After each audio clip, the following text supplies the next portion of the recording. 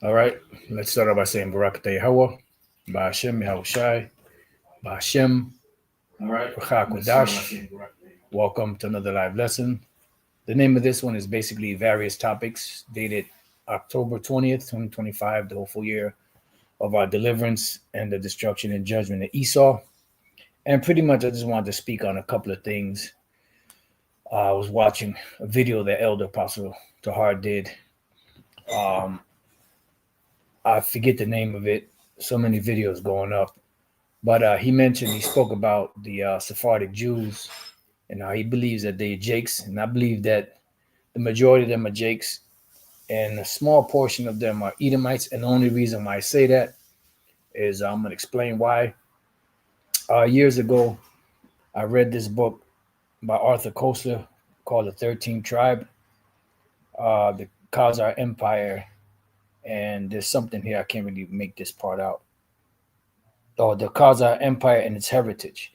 And when I read this book, the conclusion of it, when the Khazarian Empire was broken up, the majority or the common people among the Khazars went down into Germany, where you get the so-called, you know, so-called Ashkenazi Jews, and the royal, the royal family, the royal part of the family, or the royalty of the family of the Khazars, went to Spain, and they became Sephardic Jews. So a small portion of them are Edomites, but I believe the majority of them are Israelites. Whether it's 85, to 90% of them being Jakes, and maybe 10 to 15% of them being, Edomites, and that's the main reason why I believe that a small portion of them are Edomites. And I just wanted to mention that because, like I said, I did a lesson on this years ago on this book here, Arthur Koestler, the 13th Tribe. I believe that's when we were on um, Daily Motion, and the Daily Motion page is still up there. I believe it's called The End of Esau's World, if I'm not mistaken. And I did, I read through this book. I had a lot of different points, went into the different languages and how the Yiddish language was comprised of German, Slavonic, and other languages in there, and pretty much how they really try to hide it and try to get away from the negative connotation that the so-called Yiddish language had on them, because that tied them directly back to the Khazarian Empire. And when you read the history of that, the Khazars were in the region of the Caucasus Mountains, what they call Georgia today, used to be Georgia, Russia, and it was a very strategic region because of the mountainous ranges that were there. So both the Christians and the Muslims were trying to conquer that empire into either Christianity or Islam. And what happened was they didn't get a chance to do it, but what happened was that Kagan Bullen, who was a Kagan or the king of the time, he pretty much, embraced the religion of Judaism, and his people became so-called Judaized back then. Now, don't get it wrong, Judaism and uh, the scriptures, the Torah, the scriptures, the Bible, are two separate things. Judaism is not biblical. Judaism is just a religion that these devils, gravitated to. And when you go into that, the main book, is a towel to the mud, towel to the mud. I say it like that. And that book is a disgusting book, and that's what they pretty much flock to. So they did that. They embraced the religion of so-called Judaism to avoid conversion into the Christian or Muslim world. And that was like a strategic move by them. So by the time that they were broken up, I forget the exact year. I think it was in the 10th century AD, if I'm not mistaken. which would be like the 900s. The majority, well, the common folk, the common Khazars went down into Germany, became the so-called Ashkenazi Jews, and the royal family of the Khazars went to Spain and became Sephardic Jews. And that's why I believe a small portion of them, Sephardic Jews, are Edomites, but the majority of them are Israelites, you know. And that's pretty much what I wanted to say on that, you know, just to give my 2 cents, you know, on it from, you know, based off of the history that I read. And, you know, if any of you are interested, you can go into that and find out for yourself. And I believe this book here, Arthur Koestler, 13th Tribe, believe you can find it online. Arthur Koestler, 13th Tribe online. You know, some of these books you can find online. Some of them you're not going to be able to access all of the books. And some of them you can get. Here you have, these are, you can borrow. Let me see, on 13th Tribe online. This is Internet Archive. They usually have books that you could actually browse.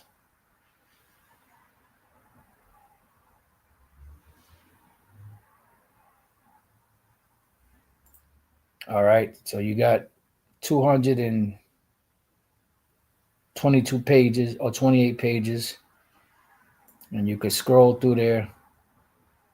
See, there's only a limited preview if you're not a member. They'll give you some stuff, but they're not going to give you all of it, you know. So this one, it doesn't really give you anything. And I guess because I skipped past. And let's see. So if you go through, you may get lucky and find, let's see, section 1, rise and fall of the Khazars. So you got here, this is it right here. So you have the rise of the Khazars, the conversion, decline, fall, where from, cross current, race myth. You know, so this individual, Arthur Koestler, he was a small hat himself, a mini cap, a tiny top, you know, and pretty much while doing the research, you know, into his history, he came to the conclusion that these people and himself were not really Israelites. And if they would be Israelites, they would have to be a 13th tribe. This is what he came to the conclusion of, you know. Let's see, the Byzantine emperor and historian Constantine Porphyrogenitus, 913 to 959, must have been well aware of this when he recorded in his treatise on court protocol that letters addressed to the Pope in Rome. And so it gives you, this one here looks like it actually goes into, yep, this looks like the actual book.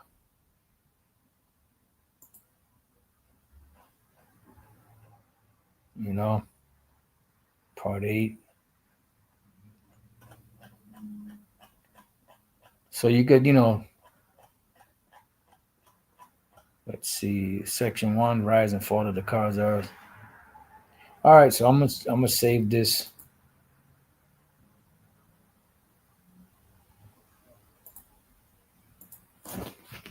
And like I said, I did a lesson on this years ago. Very interesting read.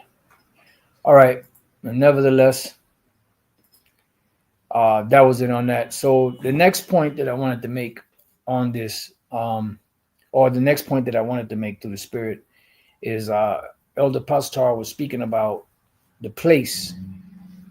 You know, you have 3 different scriptures in the scriptures that speak about a particular place.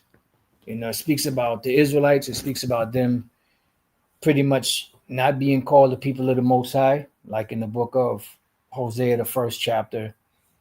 But then it mentions in the place where it was said unto them, you are not the people of the Most High, there shall be said unto them that ye are the children of the living power.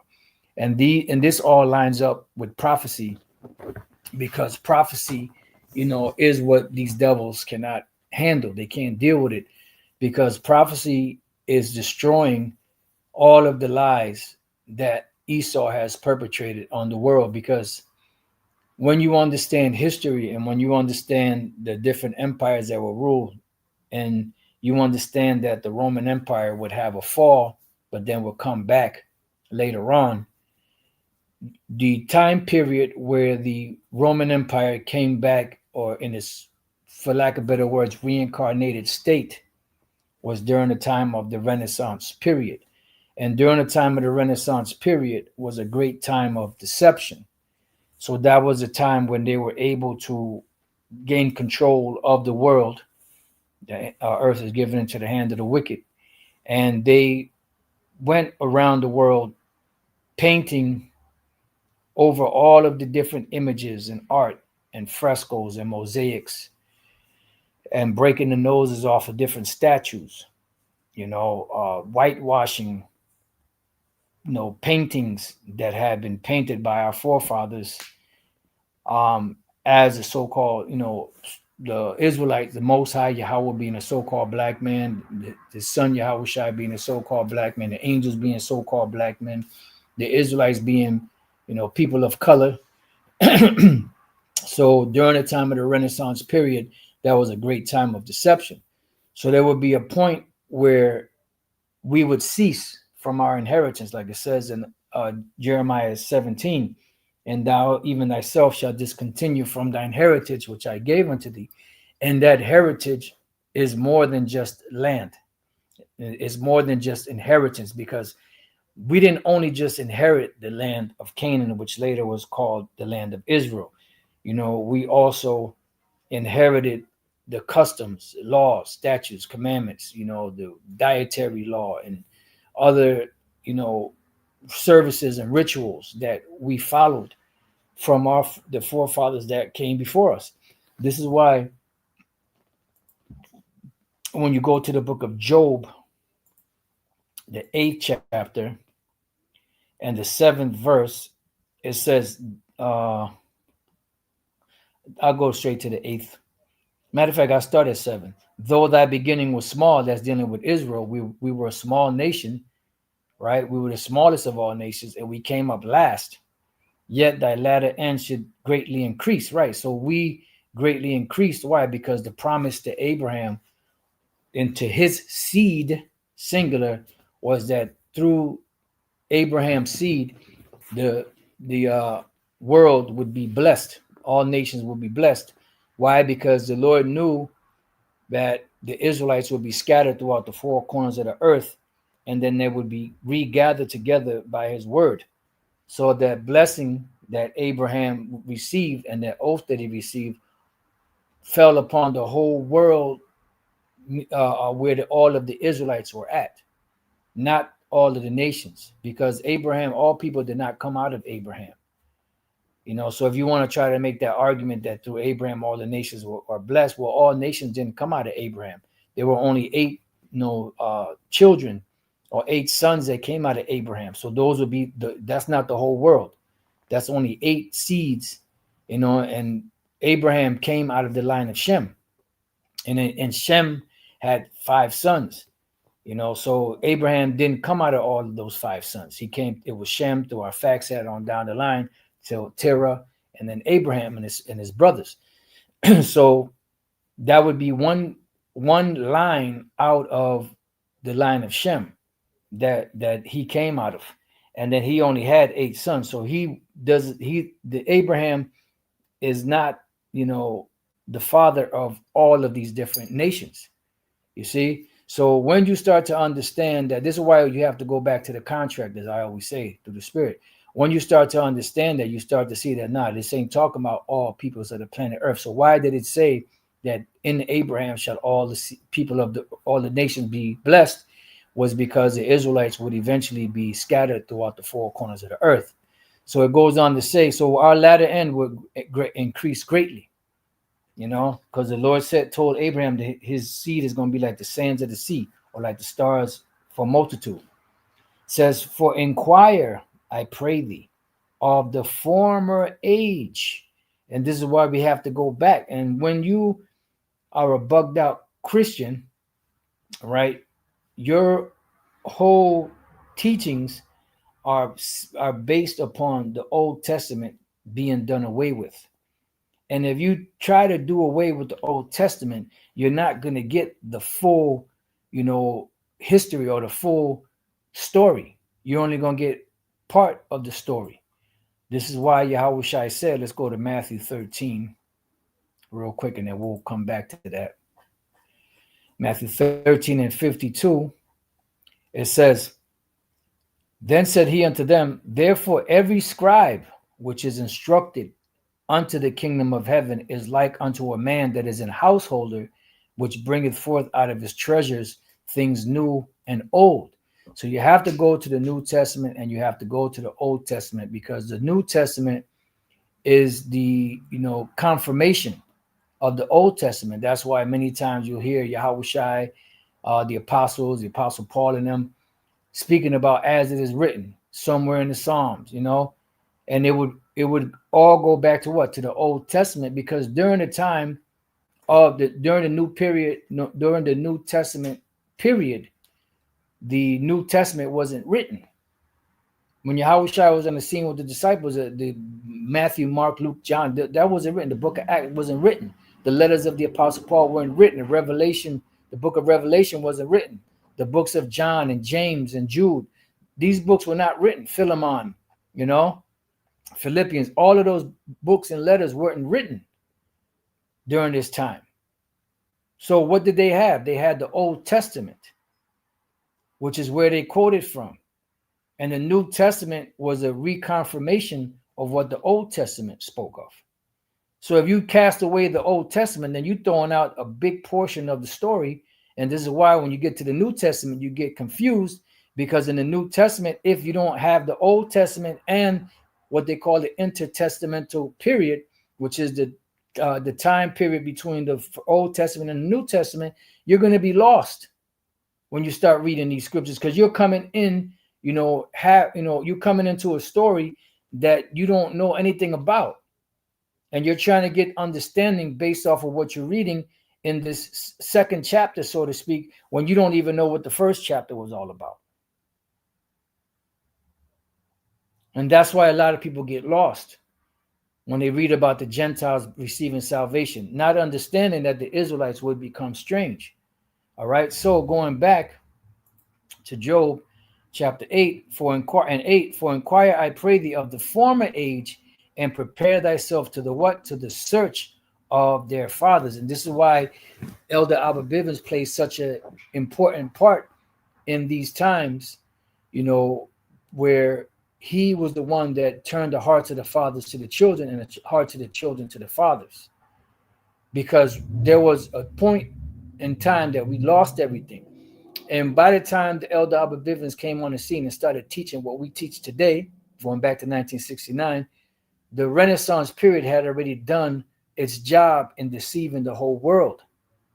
So this time period was a time of great awakening. And this is when the Lord started shaking things up and started blowing the breath into the men, especially Elder Abba Bivens, to bring about what we know today as this Hebrew Israelite doctrine.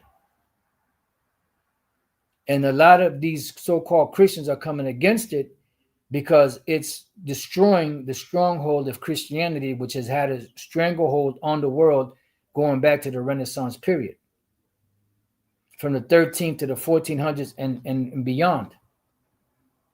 So you're talking about 600-700 years or more, or somewhere roughly around it, give or take.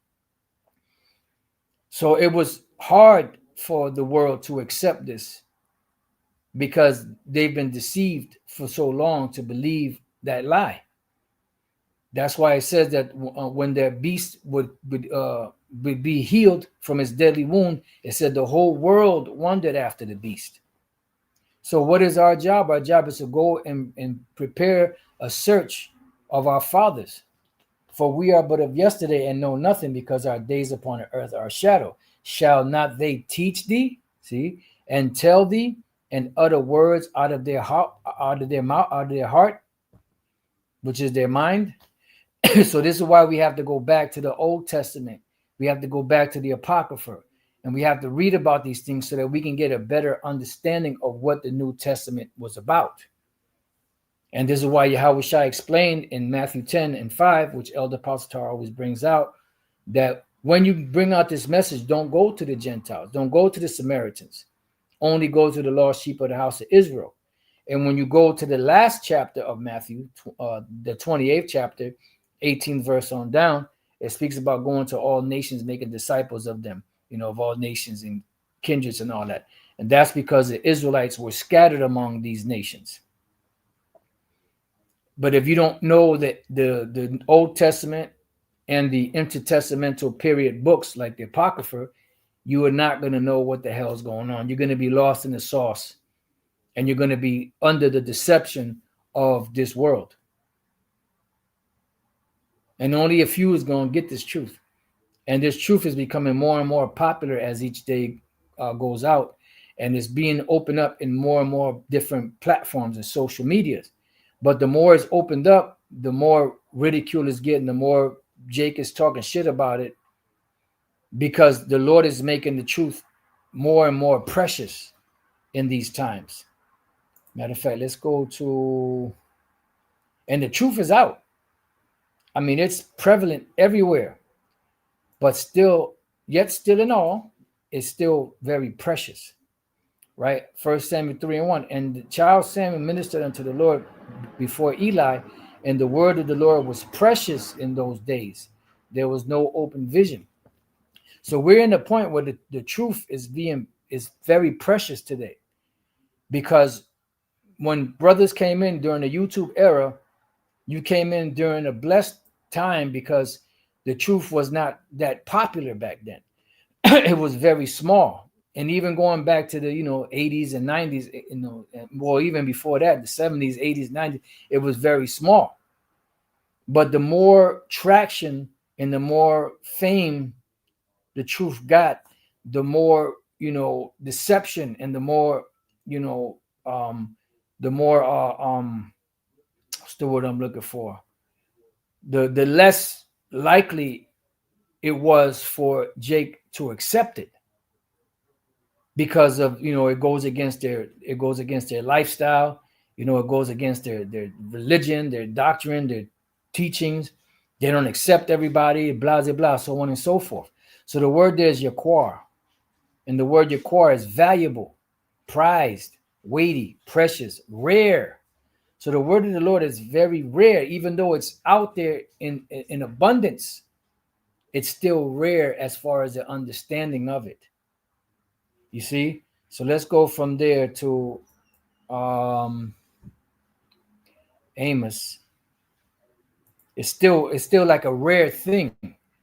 And the more popular it becomes, the more Esau tries to demonize it.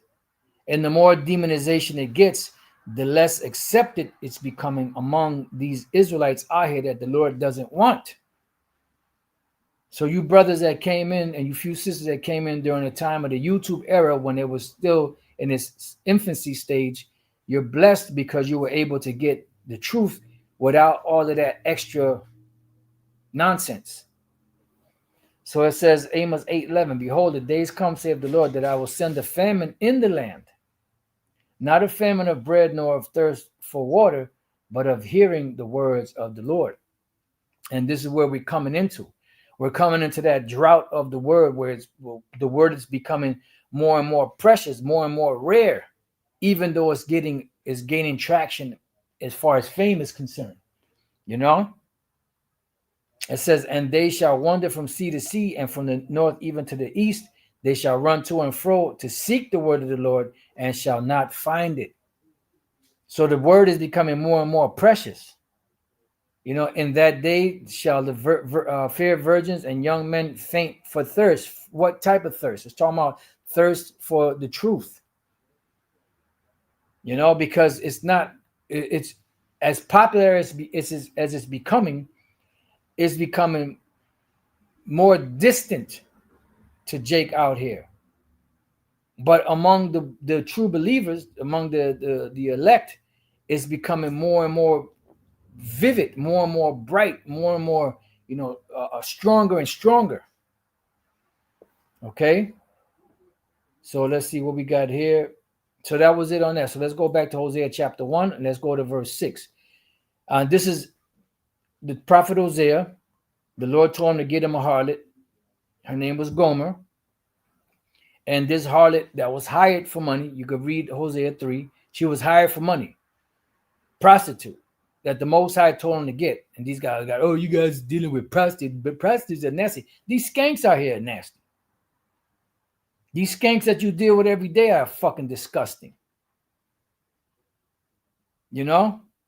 That's why Yahushua said that the harlots and the publicans go into the kingdom before you. Because you look at them with disdain, but some of them are going to make it. And some of you guys that act like you're so holy and righteous, you ain't going to make it. Hosea 1 and 6. And she conceived again. Matter of fact, when you read up above, she conceived this and bare a son, right? And his name was Jezreel, which is Yazrai Allah, meaning he seed of the power, right? And then verse 6 it said, and she conceived again and bare, because see, this was a setup because the name of the children that Hosea had with this harlot was a representation of the different phases that Israel will go through. Yazrai Allah, he is the seed of the power, because ultimately Israel, so-called Negroes, Latinos, Native American Indians, is the seed or are the seed that the Most High promised Abraham would get that inheritance. So that's already in the bag.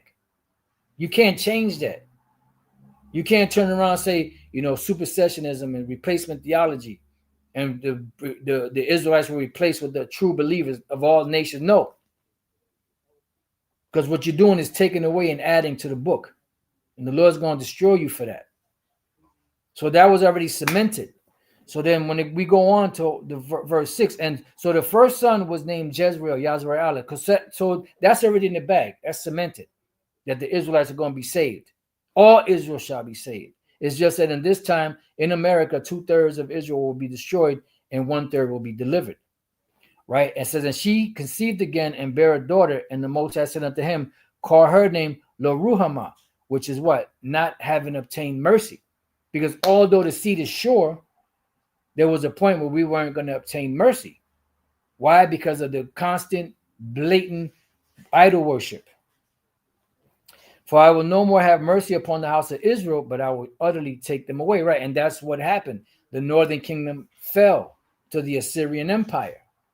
And the northern kingdom would have to leave the Assyrian Empire to come over here to the Americas. And the Lord guided them over here because they knew that this place existed, because it was the place where King Solomon had his navy. The Sidonians will come over here to get precious wood and exotic animals and fruits and things of that nature. So they already knew of the existence of this place. That's why it took so long to get here. When you read the Apocrypha, which is an intertestamental books.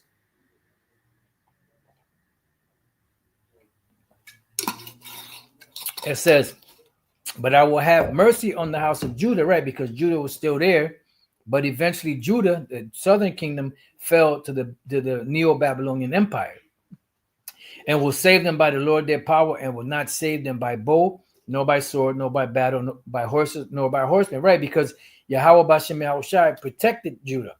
Because at the same time when the Assyrians took down the northern kingdom, they were puffing at Judah. And then the king at the time was praying to the Lord. Not sure if that was Hezekiah. I forget the name of the king. I haven't gone over that history in a while. But they were praying to the Lord because the Assyrians, the Rapshakeh and them demons, they were coming over there. They spoke the Hebrew language and they spoke the Aramaic. But they were speaking in the Hebrew language, and the higher ups, you know, of the king, the nobles, they would say, look, don't speak to us in the Hebrew language. Speak to us, you know, in the Aramaic, because we understand it. Don't speak to that in the ears of the people. And they were bragging and boasting how they were going to destroy Jake and going to do this, that, the other. So the king and Israel cried to the Lord, and the Lord protected them, because there wasn't time for them to go down at that time. And it wasn't the Assyrian empire that was going to take them down. It was a Neo-Babylonian empire that was going to take them down. So it says, now when she had weaned the Ruhamah, she conceived and bare a son. Then said the Most High, call his name Lo Ami. And Lo Ami goes back to the Hebrew La'ah Aim Yah, which means not my people. Because there would be a point where the Lord would disassociate himself with us. He would cast us off. He would put us away. So we became strange, or we became estranged to our husband. Because the Lord, let's go to Jeremiah chapter 3. I believe it's 14. Yep. Jeremiah 3:14. Turn, O backsliding children, saith Yahweh, for I am married unto you, and I will take you one of a city and two of a family, and I will bring you to Zion. Not you bring yourself, or your leader, tells you gives you the flee doctrine to go back to Israel. No, the Lord would bring us there in style. Okay, so basically the Lord said to turn backsliding children, for I am married unto you. So the Lord put us away. So what happened? We became estranged. We became an estranged wife. Watch this. What is an estranged wife?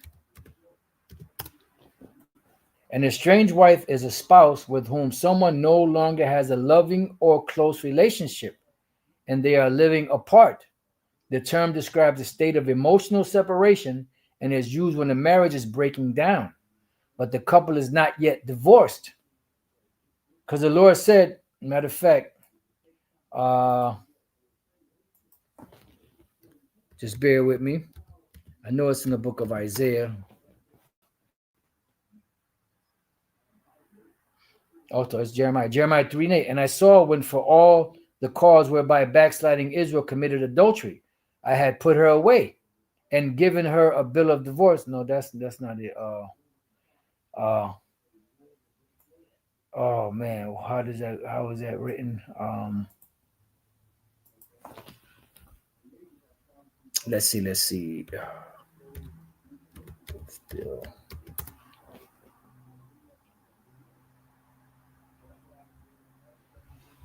Right here, Isaiah 51. Thus saith the Lord Yahweh Shem El Shai, where is the bill of your mother's divorcement, whom I have put away?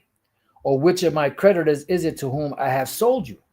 Behold, for your iniquities have you sold yourselves, and for your transgressions is your mother put away. And this is why King Solomon had set up that prayer, that when Israel went off and the Lord got mad and put us away, and if they turned to this place and prayed into your name, that you would receive them back. So for a long time, we were an estranged wife to the Lord. So he's asking, where is the bill of your mother's divorcement? Because although he put us away, it's just like a man having a wife that did something that displeased him. And he just said, you know what? I don't even want to see you right now. Just get out my face. But he didn't divorce her. He didn't put her away. He just, pushed her to the side because she did something that displeased him. So that's what the Lord did to us. So when it says here, the term estranged wife, the term describes a state of emotional separation and is used when a marriage is breaking down, but the couple is not yet divorced legally.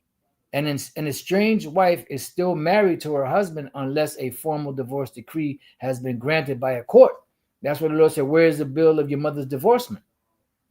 So the marriage is breaking down, but we were not, the Lord didn't divorce us. He just put us away. So we were estranged. So now we're going through the process of getting back into the good graces of the Most High. And that happened through his son, Yahushai.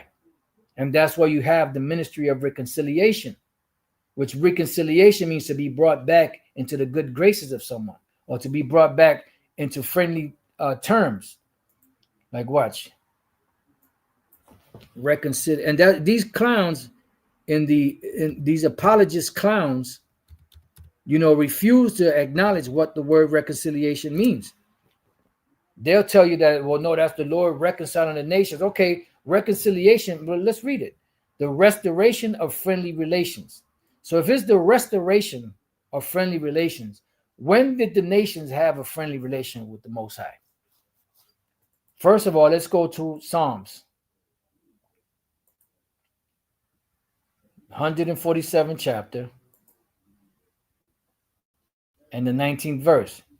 He showeth his word unto Jacob, his statutes and his judgment unto Israel. Why? Because Abraham was his friend, and he promised Abraham that his seed he would bless him, right? He had not dealt so with any nation. So if the Lord didn't deal with any nation like that to give him his words, the law, statutes, and commandments, that means that the nations never had a relationship with the Lord. They never came to that friend status, so to speak. So how can they be reconciled to something they were never a part of? And as for his judgment, they have not known them. Praise you, the Lord, Yahweh Bashem El Shai. So they never had that relationship with the Lord. So reconciliation is the restoration of friendly relations. A restoration means to bring back, to restore. You can't restore something that never was, that you were never a part of. It's just like you walking down the street, you see a man and a woman that don't know each other, and you say, "Look, I know y'all have some problems and some beefs in the past, and had a lot going on, but I'm here to reconcile you." They're gonna look at you like you crazy. Reconcilers. I don't even know this woman. I don't know that man. It says the actions of making one view or belief compatible with another. That's going to sound. What is the true meaning of reconciliation? The true meaning of reconciliation is the act of restoring friendly or harmonious relations between two people or groups after a period of conflict, disagreement, or separation. So the Lord separated himself from us. That's why he says here in Hosea 1:9, and then said the Most High, call his name, Lo Ami, for you are not my people, and I will not be your power. So the Lord put us away. We became estranged. Yet the number of the children of Israel shall be as the sand of the sea, which cannot be measured nor numbered. And it shall come to pass that in the place where it was said unto them, you are not my people, there shall be said unto them, you are the sons of the living power. And that place is where? Here in America. This is why you had the whole Valley of the Dry Bones. You had the reconstruction or coming back together of the southern kingdom and the northern kingdom. You see? Because this was the place of that reconciliation. And the reconciliation came through the word and through the great sacrifice that Yahushua made. Because he happened to be the mediator that brought back that peace between the Heavenly Father and us. That's why he's known as the Prince of Peace. Right? So when we go to this word place here, right? The word there's makwawam. Makwawam, standing place, standing place, station, post, office, place of human abode, city, land, region, place, locality, spot. So in the place where it was said unto them, here in America, you are not the sons of the living power. There it shall be said unto them, you are the sons of the living power. Right? And the word, and it goes back to the word kwawam, which means to rise. The word makwawam, ma in the front of the word, if it's not connected, is of or from. Kwawam or kwam means to rise, of or from rising. So we will rise in this place to be what? To be reconciled to the Father, to be renewed, to be refreshed. And that's why the nations didn't want to give us that understanding. That's why they fought tooth and nail to try to keep that name of Israel in no more in remembrance among us. Because they understood that once we got back cool with our power, that it was all bets were off and they were in trouble. And that's what they see now. That's why I said that great fear fell upon them. And that's why I said that they didn't suffer them to be put into graves. And when you look up the word graves, it's talking about monument being brought back to remembrance. So they had the power to do it, but they never, took the time to say, look, you guys are the Israelites. This is why you went through so and so and such and such. This is why we had you in captivity, so on and so forth. But the Lord did that. He's the one that woke us back up through a man by the name of Elder Abba Bivens, who is an integral part in this whole mechanism that you see today, these teachings.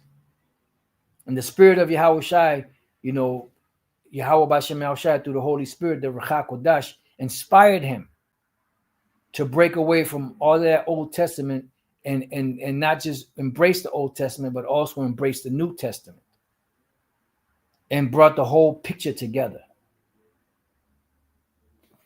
Heavy. And when you scroll down here, right, these are all, you know, scriptures where the word places at. And then when you scroll through here, it's also in the book of Joel 3 and 7. So let's go to Joel. Matter of fact, let me just leave this one. Let me leave down. Let's go to Joel chapter 3. Right, Joel 3 and 1. For behold, in those days and in that time, when I shall bring again the captivity of Judah and Jerusalem, because both tribes or both kingdoms would be oppressed together here in the land of Babylon, America, Babylon the Great. So when the Lord was about to bring again or deliver us from captivity, I will also gather all nations, which we see that happening right now.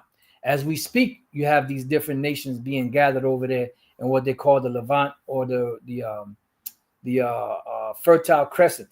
But you also have masses of army, NATO armies, troops being amassed at the border of Russia, which is Poland, Belarus, and those different regions there. Why? Because the Lord is getting this war ready and prepared for what the nations did to us. And when Yahweh Shai comes back, he's coming back to see the rulers and their armies, beginning with the Edomites. It says, and I will bring them down into the valley of Jehoshaphat. When you break the word Jehoshaphat down, it's Yahweh Shaphat, which means Yahweh's judgment. That's the place where he's going to judge these nations at. Another name for it is the valley of decision. Another name for it is Armageddon or Harmageddon, the mountain of the troops. It says, and will bring them down to the valley of Jehoshaphat and will plead with them there for my people and for my heritage, Israel. See? So it's about the Israelites with whom they have scattered among the nations and parted my land. So right now that land is parted among the heathen. And they scattered us. And it goes on to say they have cast lots for my people and have given a boy for a harlot. You had, you know, these devils that were, you know, popping the little boys and even the men. It said and sold a girl for wine. Yeah, musket, guns, and wine that they might drink. Right? And you could read on more. I just want to get to the point. Now we jump down to the sixth verse. The children also of Judah and the children of Jerusalem have you sold unto the Grecians. Now the Grecians, the ancient Grecians, go back to Japhet, right? But the Edomites conquered those lands beginning with Macedon through Alexander the Great or Alexander the Greek. So from that time period, they became known as the Macedonians or so-called Greeks or so-called Europeans. The original people of that land were no longer in that land because this didn't happen until the later on in the history, around the 1500s. That's when this prophecy took place. And it was the Hamites and there was Jakes and there was Ishmaelites that was selling Jake to the Edomites, where you get the term called the transatlantic slave trade, which is different from the sub-Saharan slave trade. The transatlantic slave trade was Ham and Jake selling Jake to Esau. The sub-Saharan, slave trade were the Ishmaelites selling Jake and whatever they were selling. And that one is not really spoken of much because transatlantic slave trade played a bigger portion in prophecy and the reuniting of the 12 tribes of the nation of Israel. And that's why it's important to know that history also, to be able to tie it into the scriptures. And that's why these devils try to say that Deuteronomy 28:68 doesn't apply to us, to the so-called Negroes, because, they said they will sell themselves and they will not be no man shall buy them. That, which is totally stupid. When you read throughout the book of Deuteronomy from the 28th chapter, from the 15th verse down, there are different points in there that say you shall not save yourself. No one shall save you. You ain't going to be able to deliver yourself. And no man shall buy you. All means the same thing. No man is going to be able to redeem you from that situation. We will have to wait for Yahushua to come and get us out of this condition. Right? It says that you might remove them far from their border. And then you had a sprinkle of the northern kingdom among Judah.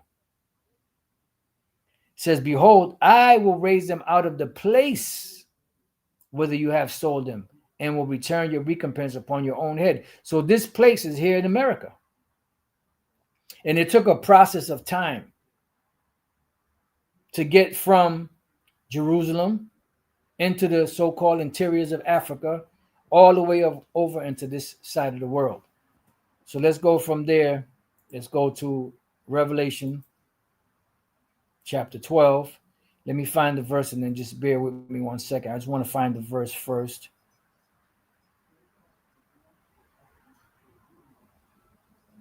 Right here. I'll start off from here, from the 5th verse, but just bear with me 1 second. 1 hot minute.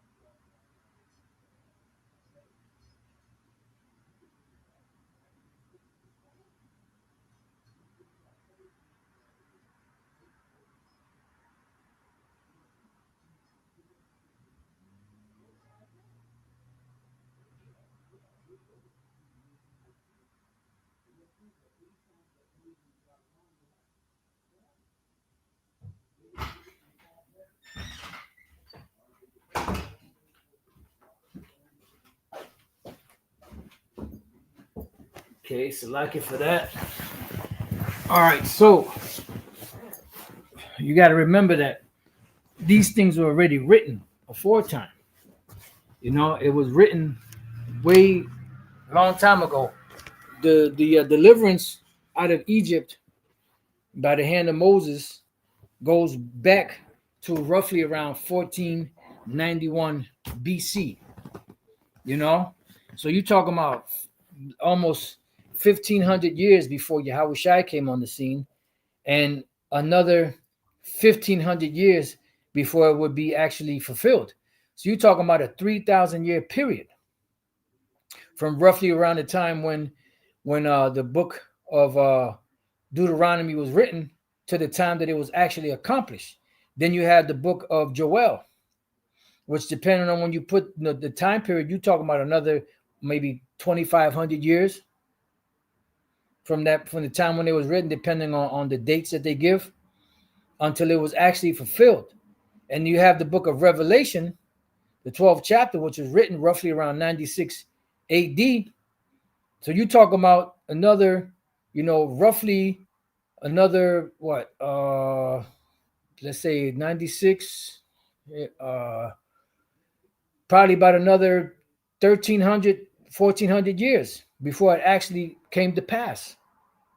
So these blueprints in prophecy were already set up before they even happened. And it came to an appointed time when that would actually happen, because this right here was after the destruction of Jerusalem, after 70 AD, when this was written. And by the time 70 AD was occurred, that's when Jake fled. A lot of them fled into the interiors of Africa, and their descendants would be there for at least another 1500 years or so, 1400 years or so, before this prophecy would actually take place. So this is Revelation 12:5, and she brought forth a man child who was to rule all nations with a rod of iron. That's Yahushai. And her child was caught up unto the Most High and to his throne. Right, because Yahushua was crucified, went up to heaven, to the heavenly Father, and he was sitting on the right hand of the Most High on his throne, on Yahushua's throne, next to the Most High's throne, until the Lord Yahweh says, okay, now it's time, son, for you to go down there and grab and restore or pick up the purchased possession, which are the elected, the nation of Israel. And then it says here, and the woman fled into the wilderness. So eventually, after 33 AD, when Yahushua was crucified, another, what was it? Another 30 some odd years in the future, 70 AD would finally occur, and Jake would be ran out of Jerusalem by the Roman armies, when Yahushua told him, when you see the abomination that maketh desolate, flee ye every man, don't go back into the house. If you're in the house top, don't go into the house and grab any of your stuff. Just get the hell out of Dodge. It says, and the woman fled into the wilderness. Where is the wilderness? Where did the majority of the Israelites flee to? Of the southern kingdom, down into the interiors of Africa.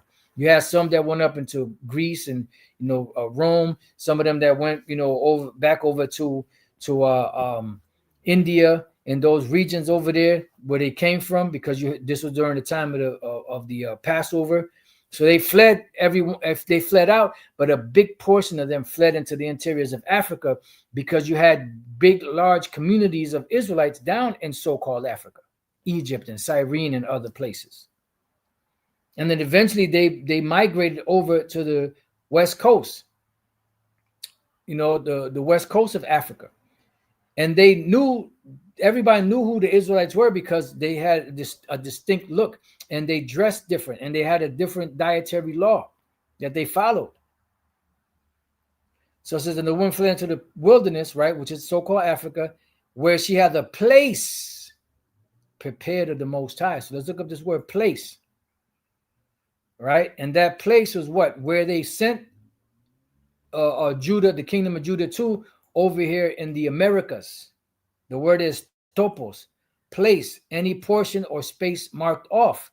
So this was a portion of the space that was marked off for the southern kingdom to come to. For what? For the reuniting together of all 12 tribes. That's why never in history was there ever a 12-tribe sign chart that was used to go out on the streets and speak until this time now. Because that served as a marker for those that were waking up to see and inquire about what that sign was all about. As it were, from surrounding space, an inhabited place, as a city, village, district. So this word topos is synonymous with makwadam in the Hebrew for place. A place, passage in the book, metaphorically the condition or station held by one in any company or assembly, opportunity, power, occasion for acting. So it was an actual place that was marked off. So America, before the northern kingdom came over to this side of the world, the Lord had already marked this place off to be the place where the northern kingdom would come to, would suffer violence under the Edomites, and eventually the southern kingdom would come to suffer violence under the Edomites, and then in process of time, after the punishment was up, both the northern and the southern and the northern kingdom would start to unite back together. But if you notice, not all of the southern and the northern kingdom are getting along, because you have still a lot of wedges out there. But the Lord is, breaking apart those wedges among the ones that are part of the elect. That's where you have Judites and Ephraimites. You have Benjaminites and Simeonites. You have Levites and Naphtalites coming together. Why? Because the Lord is breaking down the breaches between all of the different tribes, the ones that are a part of the elect. To what? To raise up the tabernacles of David that were fallen. Because this is the place where it was said that this whole situation will come to pass. So you have Hosea, the 1st chapter. You have Joel, the 3rd chapter. You have Revelation, the 12th chapter, which all speak of the same thing.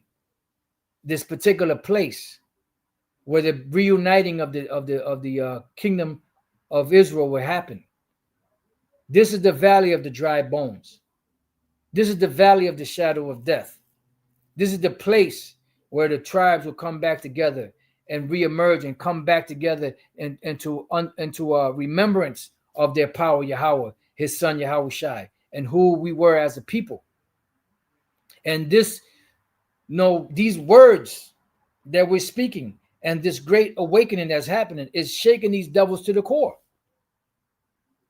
There ain't no violence going on. It's so bad that they're labeling this thing an extremist, and just black extremist group, like if that's just the worst thing ever. Because they're nervous, because they see the Israelites coming back together, and they see that the Lord is using the prophets out here to tell them what their future is going to be. And they know that they have a shameful history of the way they treated the so-called Negroes and the so-called Latinos and Native American Indians in this land. And they hate to be reminded that they're going to have to pay for that. That's why Trump has a lot of different memorabilia and stuff that's out there being struck from the record, because Esau's tired of hearing about it. They're tired of hearing about their judgment. They're tired of hearing about that shameful history. But that's what you did, and you got to pay for it. He that leadeth into captivity shall go into captivity. He that doeth wrong shall receive for the wrong which ye have done. You reap what you sow. It's time. And we're coming down to the very end of your sentencing stage. Once the sentencing stage is over and you push that MOTB, which is a micro C hip, and then World War III comes, guess what? Then begins the judgment. The judgment begins with the destruction, and then afterwards, that's when the fun really starts to happen. When the elect come down off of their chariots in magnificent power and kick down them big ass vault doors that you have in those different shelters around the world. The big ass doors, you just kick it with 1 foot, and then the whole fucking goddamn 30,000 pound door just comes right off, and you're gonna start to be hauled off into captivity, looking all tattered and torn, dirty, going right back to your caveman where you belong, and you other nations where you belong. And that pride is going to be wiped off the face of all of these different nations, the way they look down upon us, upon the Israelites. All that shit about Pookie, Ray Ray, Keisha, and Big Shirley and all that, all the Pedro and Maria and all that shit's going to be wiped. And you're going to have a newfound respect for your new masters, the Israelites. And you're going to have a respect for our power, Yahweh Bashem Yahweh Shai. You're going to learn. You're going to learn our ways. You're going to learn to walk upright. You're going to learn what it is to serve. You're not going to serve yourself off of us anymore. So this is the place that the Lord said will be set up, for this gathering. So let's finish this off. Oh, It says, Revelation 12:6, and the woman fled into the wilderness. This is so-called Africa, interiors of Africa, where she has a place, America, prepared of the Most High. Let's go to the word prepared. The word is hetoimazo. Hetoimazo is to make ready, prepare, to make the necessary preparations, get everything ready. So this was that place. All right. This was the preparation.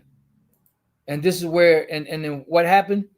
When Judah was brought over here, the southern kingdom was brought over here, it didn't happen right away. It took a period of time before the Great Awakening started to happen. And that's what this part is here is written here for. That they should feed her there 1,203 score days. And what does that add up to? 3.5 years, which is prophetic for 350 years. And there's no coincidence that from the bulk of the slaves being brought here in 1619, if you add 350 years to that, it's going to lead you right into 1969, the very same year that the elder Abba Bivens was out there preaching this word that we know today from both the Old and New Testament, gathering the men that he gathered. And it was this very same year when America started to fall. You know, GIs were coming back home on drugs. You know, the moral compass of America started to wane. There's no coincidence. That's this very same year where you so-called went to the moon, which you didn't. And the Lord said he would bring you down from thence. And your whole system has been decaying and corroding from that point until now, 2025.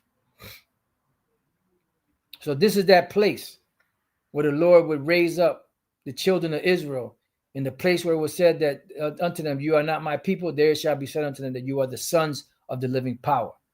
So with that, I pray that you brothers and sisters have been edified. Till the next time I say, Shalom.